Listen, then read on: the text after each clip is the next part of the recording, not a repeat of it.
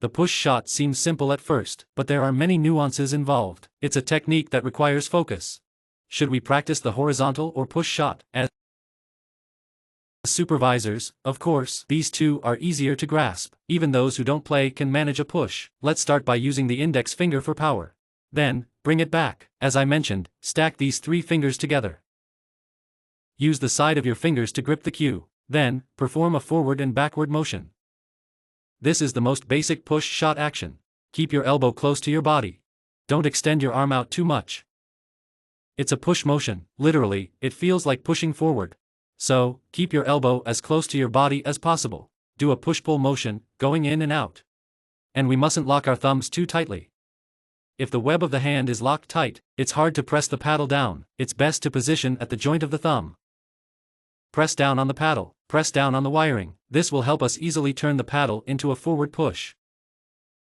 Our starting position should be near our navel. It should be close to the center of your body. Don't position it too far left or right. Your center position is the easiest to control. Of course, we practice our fundamentals this way, but in a match, this position can vary. Any position can work. What I've mentioned is the basic form of retreating. Why is it said that the reverse of the straight paddle still has vitality in the current amateur table tennis scene? It's because the reverse has many variations, including focusing on slicing with added force from the side. We can also execute a flick. Pay attention, for example, to half-high balls in front of you, or when the opponent serves a no-spin ball. The opponent has just pushed a little topspin, a backhand flick from a good stance, including when the opponent loops. You can slice while pushing during the rally, including short pushes, and we practice this backhand attack as kids. Many of the older generation still play with straight paddles, including our defense. The straight paddle defense is quite a stable technique in the amateur scene. Because its movement range is relatively small, the shape is relatively easier to control. So, why do I say that the straight handle has a lot of vitality? It has a variety of movements and playability. I believe everyone will experience a lot of charm in this practice. You can really appreciate the charm of the cardboard. I suggest our amateur players practice the horizontal strokes. Let's start with the simplest backhand push. During the horizontal strokes, I also took a lot of detours at first. I always felt I had a certain foundation. Maybe I added some spin right away. I added some twists. I incorporated some larger movements. Later, I realized that wasn't right. I need to start from the basics. Normally, you would stand on the left side of the racket, then, move back and forth, facing forward.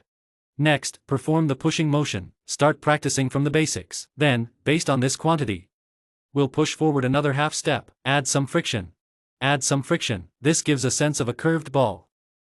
Then, with a solid foundation for pulling the string, practice some downward punches. These are all targeted training exercises. Then, we'll combine some drills together, including your left and right movements, backhand side movements, including short and long pulls, including short forehand and backhand, combined with a clap motion, including downward punches from the forehand combined with backspin, including downward punches from the backhand combined with topspin. It's actually a complex and systematic project.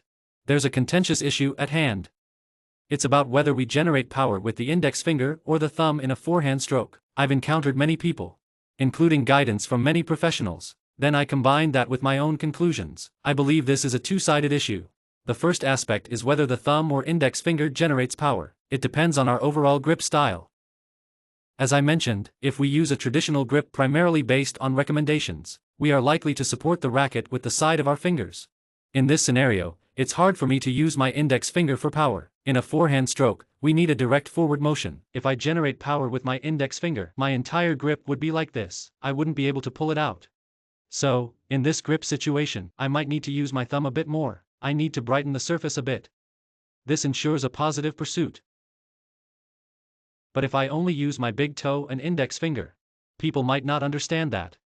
Many female players start practicing. And they practice a lot. They use their fingertips to grip. This way, I can easily brighten the surface.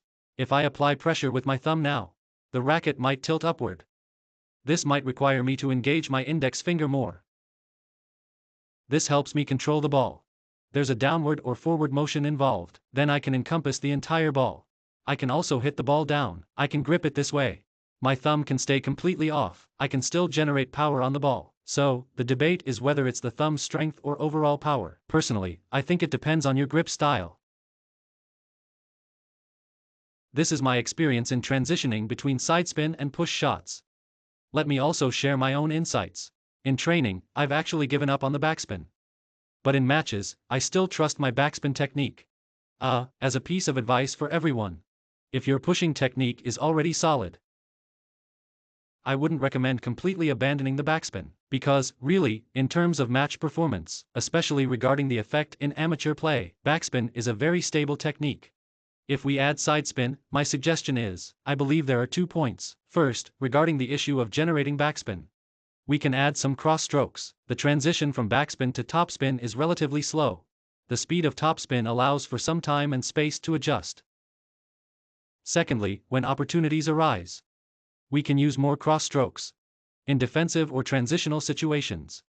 I think this push technique might be more effective, including some applications in actual combat. I might push at an angle after the Huangliang board. When opportunities arise, switch to a cross stroke, including when the opponent targets my backhand. When I can't move my feet effectively, after I pull a backspin, I then connect to other moves, make myself proactive.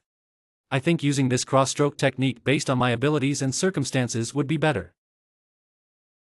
I didn't completely give up on the push technique for a while.